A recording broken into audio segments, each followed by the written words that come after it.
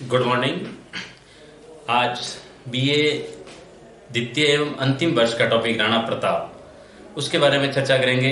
इससे पहले अपन ने राणा प्रताप का भाग प्रथम पढ़ा था और आज है भाग सेकंड। राणा प्रताप के व्यक्तित्व से संबंधित जो प्रारंभिक जीवन था उनका, उस प्रारंभिक जीवन को अपन ने भाग प्रथम में पढ़ा था और अब आज मैं भाग 2 यानी राणा प्रताप का पार्ट 2 लेकर के आया हूं, जिसमें हम हल्दी घाटी युद्ध के प्रारंभ से लेकर के राणा प्रताप की मृत्यु तक का जो इतिहास है उस इतिहास का विस्तार से वर्णन करेंगे। अब जो हल्दी घाटी का युद्ध है, अब तक हमने जो पढ़ा था इससे प्रारंभिक चरणों में, जो पार्ट फर्स्ट में के ये टॉपिक था कि उसमें जो शिष्टमंडल भेजे गए थे अकबर से, यानी नागौर दरबार के बाद जब मेवाड़ ने अधीनता स्वीकार नहीं की राणा प्रताप, तो खैर उस समय शासक नहीं थे, लेकिन राणा प्रताप के पिता राणा उदय सिंह शासक थे और उस समय मेवाड़ की तरफ से कोई अधीनता स्वीकार नहीं की गई। तब अकबर मेवाड़ को अपने अधीन लाने के लिए समझौता करवाने की कोशिश करता है और उस समझौते के फलस्वरूप वो अपने दूत भेजता है और वही दूत 4 दूत मंडल के रूप में थे और जिनको अपन ने भाग प्रथम में शिष्ट मंडल के रूप में पढ़ा था। तो अपन वहीं से शुरुआत करते हैं कि हल्दी घाटी युद्ध की रूपरेखा कैसे बनी। चारों जब दूत असफल हो गए, सबसे पहले जलाल खान आया गुजरात अभियान से लौटते समय, असफल हो गया। मान सिंह आ गया। मान सिंह के आने के बाद भी भोजन के विवाद को लेकर के अनबन हो गई, जिसकी वजह से कहते हैं कि यह प्रस्ताव भी अस्वीकार हुआ।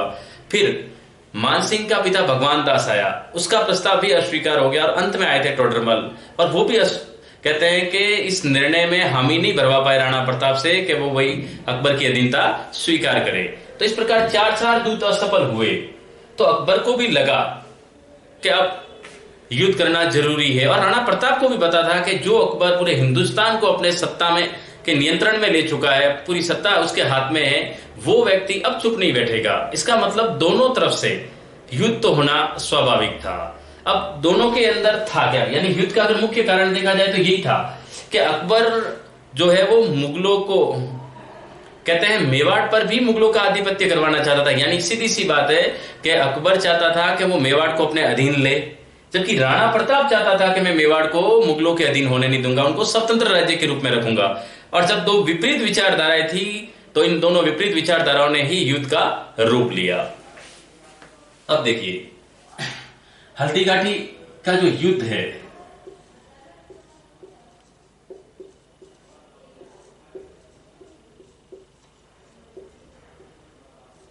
ये युद्ध 18 जून 1576 ईस्वी को लड़ा गया।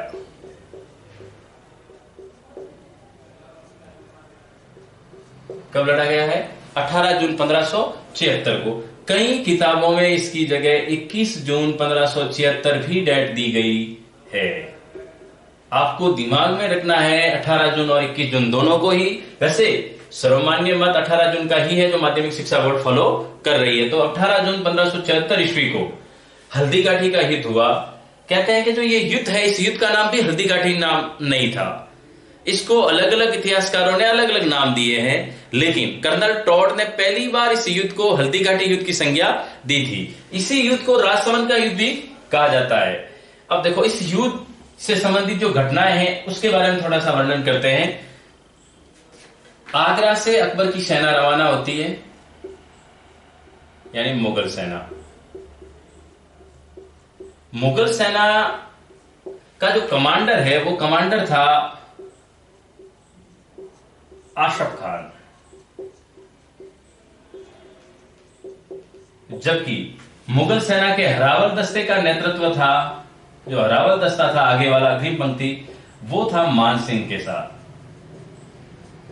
इसका मतलब मुगल सेना आशफ खान और मान सिंह के नेतृत्व में मेवाड़ अभियान पर भेजी गई है। अब ये सब रवाना हुए आगरा से और आगरा से आए अजमेर। कहां है? अजमेर। अजमेर में ही अकबर ने एक दुर्ग बना रखा था जो अकबर के नाम से ही अकबर का दुर्ग कहा जाता था, क्योंकि इसी दुर्ग में अकबर अपना धन रखता था, इसीलिए इस दुर्ग को दौलत खाना भी कहा जाता है। और यही दुर्ग है जो वो मैगजीन के दुर्ग के नाम से भी प्रसिद्ध है।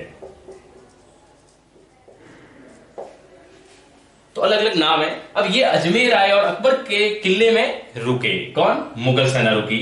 अब अगर यूं देखा जाए तो अब अजमेर से जैसे ये मेवाड़ की तरफ आएंगे तब क्या होता है, यूं पहाड़ों से अरावलियों को पार करके आना है।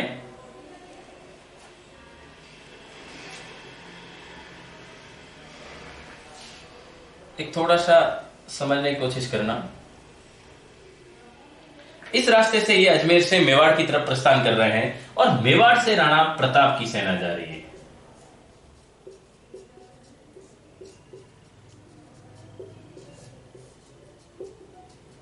यानी याद रखना, मुगल सेना का कमांडर आशफ खान था, जबकि उसके रावल यानी अग्रिम पंक्ति का नेतृत्व कर रहा था मान सिंह, जबकि राणा प्रताप की जो मेवाड़ी सेना थी उस मेवाड़ी सेना का नेतृत्व कर रहा था खुद कमांडर राणा प्रताप था। लेकिन जो हरावल दस्ता है उस हरावल बाग का नेतृत्व कर रहा था हकीम खान सूर। ये हकीम खान सूर शेरशाह सूरी का वंशज था। अब क्या है, देखो अजमेर से अजमेर तक आए। अजमेर में ही अपने पूरी योजना बनाई गई इस हल्दी घाटी युद्ध की, क्योंकि अकबर की जो मुगल सेना थी वो मुगल सेना मैदानों में युद्ध की अभ्यस्त थी, लेकिन उन्हें पहाड़ों में युद्ध लड़ना है। इसलिए पहाड़ी युद्ध के लिए उनको बकायदा इस किले में ट्रेनिंग दी गई थी, यानी पहले से ही प्रशिक्षण मिला था। इसलिए कहा जाता है कि हल्दी घाटी युद्ध की रूपरेखा या हल्दी घाटी युद्ध की योजना किसकी? मुगल सेना की। किस दुर्ग में रखी गई, बनाई गई या रखी गई? तो वो दुर्ग था अजमेर का अकबर का दुर्ग। अब मुगल सेना की यहां है, लेकिन एक बार कहा जाता है कि पहाड़ी इलाकों में मेवाड़ी सेना पहाड़ी इलाकों में जो मेवाड़ी सेना है वो बड़ी ट्रेंड थी। अब उनको मैदानी भागों में युद्ध करना है, इसलिए मेवाड़ी सेना का जो प्रशिक्षण हुआ था वो हुआ था मांडलगढ़ दुर्ग में। भीलवाड़ा में है तो मांडलगढ़ दुर्ग में बकायदा हल्दी घाटी युद्ध से पहले मेवाड़ी सेना को मैदानी भागों में लड़ने का प्रशिक्षण दिया गया था। तो दोनों चीजें याद रखनी है। मुगल सेना ने हल्दी घाटी युद्ध की रूपरेखा किस दुर्ग में बनाई है? तो अकबर के दुर्ग में। जबकि मेवाड़ी सेना ने इस युद्ध की योजना कौन से दुर्ग में? मांडलगढ़ दुर्ग भीलवाड़ा में बनाई थी। अब देखो ये जो इलाका है इसी को पार करके इनको मेवाड़ में प्रवेश करना है। ये अरावली का भाग है, बीच में एक खांसा है, संकरा सा रास्ता था, इसी को कहा गया हल्दी घाटी। क्योंकि यहां जैसे ही आप पत्थरों के हाथ लगाओगे तब इस घाटी में हाथ लगाओगे तो हाथ पीले रंग के हो जाते हैं। इस पीलेपन के कारण ही घाटी हल्दी जैसी है, इसलिए इस घाटी का नाम क्या रखा गया? हल्दी घाटी। अब इस हल्दी घाटी में प्रवेश करने से पहले, यानी कि पहाड़ों में प्रवेश करने से पहले जो एक रास्ता बनता है, तलहटी नाम प्रकार की चीज है, उसे कहा जाता है रक्त ताल या रक्त तलाई। क्या कहा गया? रक्त तलाई। अब देखो मुगल सेना आ रही है। अब जो ये पहाड़ है इस पहाड़ का नाम खमनोर है।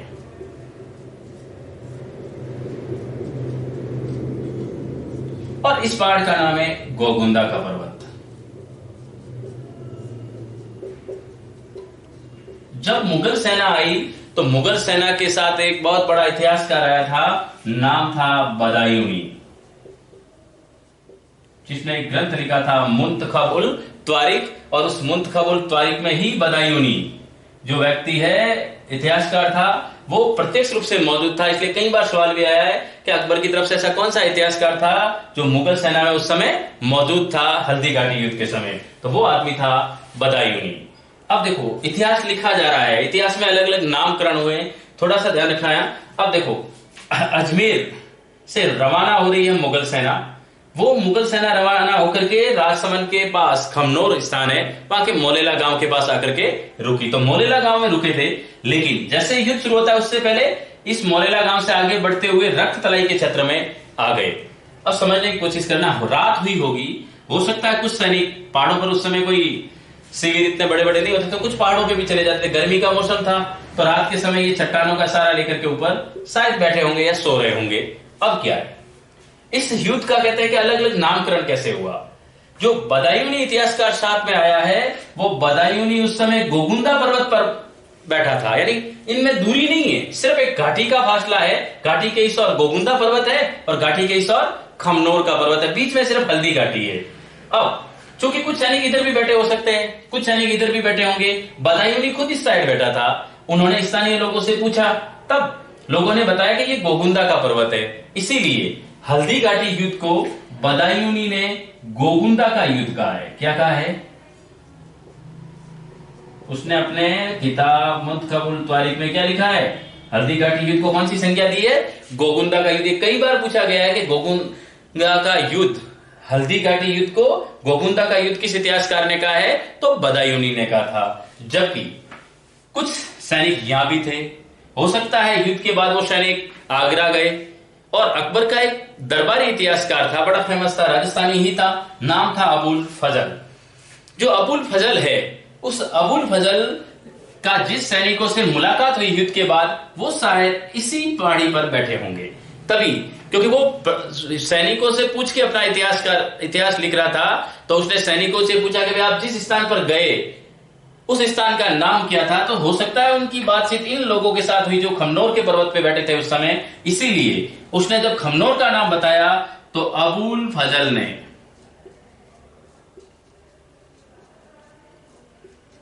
क्या कहा है? खमनोर का युद्ध। क्या कहा है?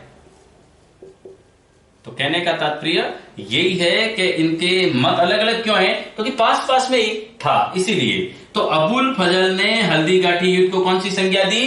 खमनोर का युद्ध। जबकि बदायूंनी ने इसे क्या कहा है? गोगुंदा का युद्ध। जबकि मूल रूप से ये कौन सा युद्ध है? हल्दी घाटी का युद्ध। अब देखो एक चीज और है, रक्त तलाई। अब रक्त तलाई क्या थी वो भी मैं समझाता हूं। इससे पहले इस युद्ध को मेवाड़ की थर्मोपॉली भी कहा जाता है।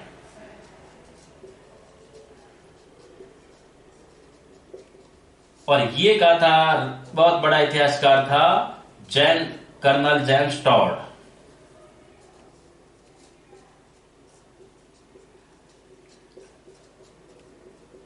तो कर्नल जेम्स टॉड के मतानुसार इस युद्ध का नाम क्या रखा गया? इसे मेवाड़ की थर्मोपॉली की संज्ञा दी गई। बदायूंनी गोगुंदा का युद्ध कहता है, अबुल फजल खमनोर का युद्ध कहता है, जबकि वास्तविक रूप से यह हल्दी घाटी का युद्ध है। अब रक्त तलाई क्यों कहते हैं? कहते हैं कि जब युद्ध हुआ, अब पहले एक बार युद्ध को समझ लेते हैं, फिर रक्त तलाई समझ लेते हैं। अब अजमेर के रास्ते ये मौलेला गांव पहुंचे। 18 जून की प्रातःकालीन सुबह ही हमला शुरू हो गया। मानसिंह की मुगल सेना मानसिंह सहित अंदर प्रवेश कर रही है, लेकिन रास्ता संकरा होने से ज्यादा सैनिक अंदर प्रवेश नहीं कर सकते थे एक साथ। अब चूंकि ज्यादा नहीं कर सकते थे तो मुगल सेना इतनी भारी नहीं लग रही थी। तो इसका मतलब ये होगा मुगल सेना थी कितनी। कहते हैं कि श्यामल दास द्वारा रचित एक ग्रंथ है, और श्यामल दास द्वारा रचित कौन सा ग्रंथ है? वीर विनोद। और वीर विनोद के अनुसार, यानी श्यामल दास द्वारा रचित ग्रंथ वीर विनोद में यह वर्णन लिखा। मेवाड़ का बहुत बड़ा प्रामाणिक ग्रंथ है वीर विनोद, कवि राजा श्यामल दास ने लिखा था। इसमें मेवाड़ के इतिहास की जानकारी मिलती है। और वो कहता है कि इस युद्ध में मुगल सैनिक जो थे वो 80,000 थे, जबकि इसकी तुलना में जो मेवाड़ी सेना थी वो 20,000 थी। इसका मतलब ये हुआ कि 4-1 का अनुपात था। तो मुगल सेना के मुकाबले मेवाड़ी सेना बहुत कम थी। लेकिन चूंकि घाटी में युद्ध हो रहा है, अचानक सेना एक साथ आ नहीं सकती, तो जितनी आ रही है उससे आराम से भिड़ रहे कौन? मेवाड़ी सेना। रावल दस्ते का नेतृत्व किसने किया? हकीम खान सूर में। इसके अलावा जो प्रमुख लोग इनके साथ थे उनमें थे कृष्णदास शुंडावत,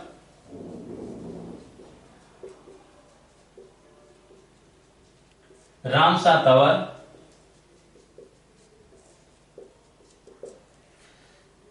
जाला मान, जाला बीदा, राणा कुंजा, ये प्रमुख व्यक्ति थे। व्यक्ति तो खूब थे, लेकिन इनमें प्रमुख व्यक्तियों के नाम है वो, ये भी इनके युद्ध में साथ में थे। तो ये सब युद्ध में साथ है। हल्दी घाटी के युद्ध में हकीम खान सूर हरावल दस्ते का नेतृत्व कर रहा है। पहला ही वार बड़ी जबरदस्त ढंग से हुआ, और कहते हैं कि इस युद्ध में जितनी संख्या उनकी सामने से आ रही थी उनके लिए मेवाड़ी सेना पर्याप्त थी। और इस हल्दी घाटी के युद्ध में, जो घाटी में सुबह प्रातःकालीन युद्ध हुआ, प्रारंभिक 1 घंटे में ही अकबर की सेना के चक्के छूट गए। लेकिन जैसे ही अकबर की सेना पीछे हटी, अब वो हल्दी घाटी के युद्ध से पीछे गई। उनको लगा कि शायद मेवाड़ी सेना बड़ी है, घाटी में पहचान पाए नहीं। और जब इतनी बुरी तरह से इनके ऊपर प्रहार हुआ तो सेना घाटी से निकल करके रक्त तलाई में पहुंच गई, यानी जो उसका मैदानी भाग है उस मैदानी भाग में पहुंच गई।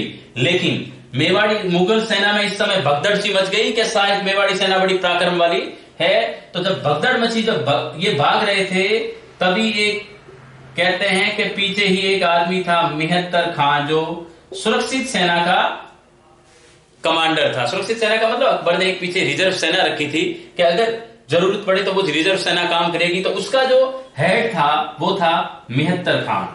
अब तो ये मेहतर खान है, इस मेहतर खान ने सोचा कि इस प्रकार तो अगर इतनी बड़ी विशाल फौज लेके आए और मेवाड़ी सेना के सामने हार के चले गए तो ये अकबर के लिए बड़ी शर्मिंदगी की बात होगी। तो उन्होंने यूं ही एक भ्रम फैला दिया और इन भागते हुए सैनिकों को कहा कि जहां पना आगरा से बहुत विशाल फौज लेकर के आ रहे हैं। तो जो भाग रही थी सेना, उनके वापिस हौसले बुलंद हुए, वापिस आए। लेकिन तब तक एक गलती हो गई कि जो ये मेवाड़ी सेना है ये इन मुगलों का पीछा करते हुए घाटी से निकल करके रक्त तलाई में पहुंच गए।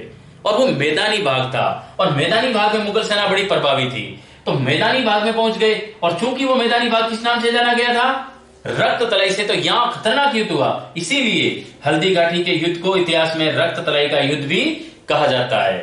अब क्या हुआ है, यहां जैसे ये पहुंची सेना, खलबली सी मच गई, सैनिक मारे जाने लगे, यहां मुगल सेना ज्यादा प्रभावी हुई। तब राणा प्रताप ने कहा कि इस युद्ध का असली जो गुनाहगार है वो मान सिंह है। तो वो सीधे मान सिंह के पास पहुंच गया। कौन? राणा प्रताप। चैटक को ऐड लगाई, चैटक सीधा पहुंचा, और चैटक जाकर के मान सिंह का हाथी था मर्दाना। कौन सा हाथी था? इस मर्दाना हाथी के ऊपर जाके दोनों टांगे धर दी। लेकिन मर्दाना हाथी के सूंड में एक तलवार थी, जिसकी वजह से चैतक की एक टांग कट गई। लेकिन राणा प्रताप ने जो भाला फेंका, उस समय वो भाला बीच में जो हाथी चला रहा था, हाथीवान, उसके बीच में आ जाने से वो उनके आर पार हो गया, और मान सिंह वहां से कूद करके भाग गया। अब चूंकि चेटक के लग गई, राणा प्रताप उस समय युद्ध करते हुए मूर्छित से हो गए। तभी वहां एक आदमी था झाला बीदा। उसने सोचा कि अगर राणा, मुगल सेना उसके ऊपर टूट पड़ी तो राणा को अगर कुछ हो गया तो मेवाड़ सुरक्षित नहीं रहेगा। इसलिए उन्होंने राणा का छत्र होता है राजमुकुट, वो उतार करके खुद के ऊपर धारण कर लिया।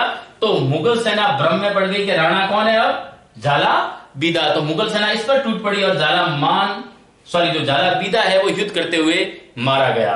तो झाला बीदा ने राणा की सुरक्षा के लिए खुद का छत्र धारण कर लिया। अब देखो, जो मान सिंह है वो भी भाग गया। अब यहां से जो चैटक है वो राणा प्रताप को मूर्छित अवस्था में ही लेकर के चला गया। लेकिन जैसे ही वो जा रहा था, तब कहते हैं बीच में एक गहरा नाला आया। मुगल सेना पीछा कर रही थी और इस नाले को चैटक ने पार कर दिया। इतना गहरा लंबा नाला था कि कोई सामान्य घोड़ा इसको पार नहीं कर पाता था। लेकिन चैटक ने 3 टांग के सहारे इसे पार कर दिया, और जहां ये छलांग लगा करके गिरा, वहीं पर चैटक के प्राण पखेरु उड़ गए। और जब ये गिरे तो राणा प्रताप को अचानक होश आया, और तब तक चैटक चला गया था। इसलिए ये जो स्थान है वो स्थान है बलीचा। कौन सा? इस बलीचा नामक स्थान पर चैटक की छतरी बनी हुई है।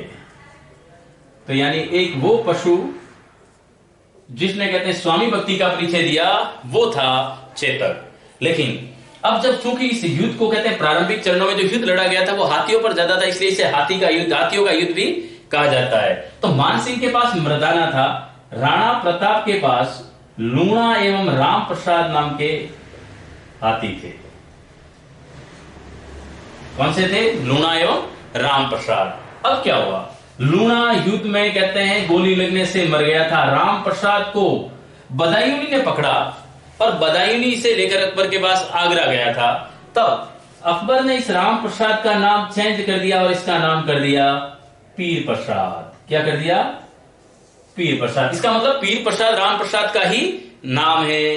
तो जो राणा प्रताप के हाथी थे उनके नाम क्या है? लूणा और राम प्रसाद, जबकि मान सिंह के हाथी का नाम मर्दाना। वैसे याद नहीं तो ऐसे ही याद रह जाएगा, राणा तो ना है तो लूणा भी उसका, और राणा में पहला अक्षर रा भी आता है तो राम प्रसाद भी उनका, जबकि मान सिंह में म से म यानी एम से एम मर्दाना हो जाएगा। तो ये इनके हाथियों के नाम है। अब क्या होता है, युद्ध कहते हैं कि ऐसी कठिन परिस्थिति में पहुंच गया था, मैदानों में मुगलों से भिड़ंत लेने में अभी सक्षम नहीं थे मेवाड़ी सेना। तब राणा प्रताप ने सोचा कि इस स्थिति में युद्ध नहीं लड़ा जा सकता। तब उन्होंने कहा कि अब आगे से जो भी युद्ध लड़ना है वो चापामार प्रणाली से लड़ना है। किस प्रणाली से? यानी प्रत्यक्ष रूप से आमने सामने के युद्ध में हम मुगलों को पराजित नहीं कर पाएंगे, तो इनके साथ चापामार प्रणाली शुरू की जाए। अब मानसिंह, कुछ कहते हैं कि इस युद्ध में अकबर की विजय हुई थी, लेकिन कुछ इतिहासकार ये भी कहते हैं कि ये युद्ध अनिर्णित था, और वास्तव में अनिर्णित तो था। इसका एक सबूत है, और वो था, कहते हैं कि राणा प्रताप के नाम से मेवाड़ी सेना में, सॉरी, जो मेवाड़ी राज्य है वहां पर जो स्थानीय लोग थे उन लोगों को और सामंतों को उस समय कहते हैं भूमि के जो पट्टे जारी होते हैं वो पट्टे जारी राणा प्रताप के नाम से हुए हल्दीघाटी युद्ध के बाद भी। इसका मतलब स्वाभाविक है कि जमीन राजा के अंडर में होती है और राजा ही पट्टे जारी करता था, तो इसका मतलब अभी भी उसका मेवाड़ पर कब्जा था। तो ये सबसे बड़ा सबूत है कि अकबर यहां विजय नहीं प्राप्त कर पाया, यहां नियंत्रण ज्यादा स्थापित नहीं कर पाया। लेकिन अब राणा प्रताप पीछे हट गए थोड़े, और पीछे हटके वो कहां गए? कुंभलगढ़। सीधे वहां से कहां जाते हैं? कुंभलगढ़ चले जाते हैं। अब कुंभलगढ़ में क्या हुआ है? कुंभलगढ़ में ही उनके पीछे 1577, 1578 और 1579 में अकबर का सबसे विश्वसनीय आदमी शाहबाज खान मेवाड़ की ओर प्रस्थान करता है, और वो 3 आक्रमण करता है। एक बार आरएस में पूछा गया है कि शाहबाज खान ने मेवाड़ पर कितनी बार आक्रमण किए थे, तो 3 बार किए थे। 77 में भी हुआ, 78 में उसका कब्जा हो जाता है, 79 में वापिस लेते, लेकिन बाद में वापिस इनका कब्जा हो जाता है। तब क्या होता है? अब राणा प्रताप को लगा 1578 में कि इनका कब्जा हो गया, तो राणा प्रताप के पास अब रसद सामग्री सैनिकों को देने के लिए कम पड़ गई थी। इसी समय कुंभलगढ़ से जब वो रवाना हुए तभी उनको एक जैन मिला, नाम था भामाशाह, और एक इनका भाई था ताराचंद। तो भामाशाह और ताराचंद मिले, और इन्होंने अपने जीवन की सारी कमाई जो थी वो राणा प्रताप को समर्पित कर दी। इसीलिए इतिहास में इतना बड़ा दानवीर हुआ था। इसीलिए दान जो करते हैं उनको आज भी भामाशाह के नाम से संबोधित किया जाता है। वो मेवाड़ का था, इसीलिए इसे मेवाड़ का दानवीर कहा जाता है, इसे मेवाड़ का उद्धारक कहा जाता है। किसको? भामाशाह को। कहते हैं कि इस खजाने से जो इन धन दिया गया था, इस धन से आने वाले 25 वर्षों तक मेवाड़ी सेना का खर्च चला था। इसीलिए ये धन बहुत बड़ी मात्रा में दिया हुआ था, इसीलिए भामाशाह अमर हो गए। अब देखो 1579 तक अब क्या हुआ? शाहबाज खान यहां आक्रमण किया, बार बार हुआ, असफल भी हुआ, एक बार सफल भी हुआ 78 में, लेकिन बाद में वापिस असफलता हाथ लगी। लेकिन शाहबाज खान के तीनों आक्रमण बड़े महत्वपूर्ण थे। उसके बाद शाहबाज खान ने मेवाड़ छोड़ दिया। इसके बाद क्या हुआ? देखो 1580 ईस्वी में यहां पर अब्दुल रहीम खान ए खाना, कौन था? अब्दुल रहीम खाने खाना। इसके नेतृत्व में मेवाड़ पर आक्रमण किया गया। अब्दुल रहीम खाने खाना भी पराजित हुआ। बाद में कहते हैं इस कुंभलगढ़ पे जो शाहबाज खान ने आक्रमण किया था और अधिकार किया था, इस पे कहते हैं अकबर का एक काका था, नाम था सुल्तान खान। क्या नाम था? तो अब जो शेरीमा सुल्तान कहा जाता है, तो कहते हैं काका सुल्तान खान था, उसको कुंभलगढ़ की कहते हैं कि एक प्रकार से कुंभलगढ़ का हेड बना दिया गया था। अब इसके नियंत्रण में था। अब सुल्तान खान बहुत बड़ा पराक्रमी आदमी था। पूरा कुंभलगढ़ फोर्ट इसके पास में है, मुगल सेना यहाँ रहा करती थी। इसी समय ये घटना बार बार निरंतर इनके ऊपर अभियान छेड़े जा रहे हैं, 80 से लेकर के 1582 ईस्वी तक। और 1582 ईस्वी में ही इस युद्ध को दिवेर का युद्ध भी कहते हैं। इसी समय अमर सिंह आए, राणा प्रताप के बेटे थे राजकुमार अमर सिंह, और इन्होंने क्या कर दिया? एक भाला फेंका, और घोड़े पर सवार था सुल्तान खान। कौन था? और जो सुल्तान खान घोड़े पर सवार है, उस सुल्तान खान के कहते हैं टोप पहना हुआ था पूरे लोहे का, और उस भाले से सुल्तान खान, उसका घोड़ा पूरे के पूरे जमीन में बूत बन गए, स्टेच्यू की तरह खड़े हो गए, और वही मार दिया गया। कौन? सुल्तान खान। इतना जबरदस्त भाले से वार किया गया था, दूर से हुआ था। जब ऐसी घटना देखी तो मुगल सेना वहां से भाग गई, और भागने के बाद कुंभलगढ़ पर अधिकार किनका हो गया? महाराणा प्रताप का। और इस युद्ध का पूरा यश जाता है राणा अमर सिंह को। तो कहते हैं दिवेर का युद्ध वो है जहां अकबर को भी पराजित होना पड़ा, और इसीलिए दिवेर के युद्ध को प्रताप का गौरव कहा जाता है। क्या कहा जाता है? प्रताप का गौरव। किसको कहा जाता है? दिवेर के युद्ध को। अब इस युद्ध के बाद अंतिम रूप से 1584 ईस्वी में कहते हैं कि जगन्नाथ कछवा के नेतृत्व में मुगल सेना आई, लेकिन जगन्नाथ कछवा भी असफल हो गया, वो भी मेवाड़ पर अपना नियंत्रण स्थापित नहीं कर सका। इसीलिए 1585 ईस्वी के बाद अकबर ने मेवाड़ पर कोई आक्रमण नहीं किया, यानी वो मेवाड़ की तरफ न्यूट्रल हो गया। उसे लगा कि अगर मैं मेवाड़ में ज्यादा उलझा रहा तो मैं दूसरे अपने राज्यों पर ध्यान ज्यादा नहीं दे पाऊंगा, तो उन्होंने मेवाड़ को न्यूट्रल स्थिति में छोड़ दिया। कब? 1585 ईस्वी के बाद। इसका मतलब यह हुआ कि राणा प्रताप का मेवाड़ पर पूरी तरह से नियंत्रण था, और अपन कहते हैं कि शायद अकबर इसमें विजय हुआ। इस घटनाक्रम को देखने के बाद तो नहीं लगता कि अकबर की यहां विजय हुई होगी। अब देखो 1585 के बाद में कई दिन ऐसे भी आते हैं कि संकट के दिन आए, घास की रोटी तक राणा प्रताप के बच्चों को खानी पड़ी, और जब घास की रोटी खाई तब उनका भी हृदय पिघल गया। उन्होंने एक खत भी लिखा। कहा जाता है कि राणा प्रताप ने अकबर की अधीनता के लिए अपने बच्चों का जब ऐसी स्थिति देखी, घास की रोटी खा रहे हैं और वो भी जंगली बिल्ली लेके भाग जाती है, तो हृदय पिघल जाता है। तब जो पितृत्व प्रेम होता है वो कहते हैं कि समझौते के लिए पत्र लिखने के लिए बैठता है, ये कहा गया है। अब जो पत्र लिखने के लिए कहा गया तो पत्र वहां गया, तब कहते हैं राणा प्रताप द्वारा जो पत्र भेजा गया, अकबर को भी उस पर विश्वास नहीं हुआ। अकबर बार बार कह रहा है कि क्या पता ये पत्र सही है या नहीं, पर राणा प्रताप का जो पत्र गया है उस पत्र पर विचार करने के लिए अकबर सबसे पहले बीकानेर का जो राठौड़ राजकुमार था, नाम था पृथ्वीराज। डिंगल और पिंगल साहित्य नाम होगा। डिंगल का बड़ा महान इतिहासकार माना जाता है। तो कहते हैं पृथ्वीराज राठौड़ को बुलाया गया और पृथ्वीराज राठौड़ को कहा कि क्या ये पत्र सही है, क्या ये राणा प्रताप द्वारा लिखा गया है? मुझे मेरी खुद की आंखों पर भी विश्वास नहीं हो रहा है कि राणा प्रताप मेरी अधीनता स्वीकार कर सकता है।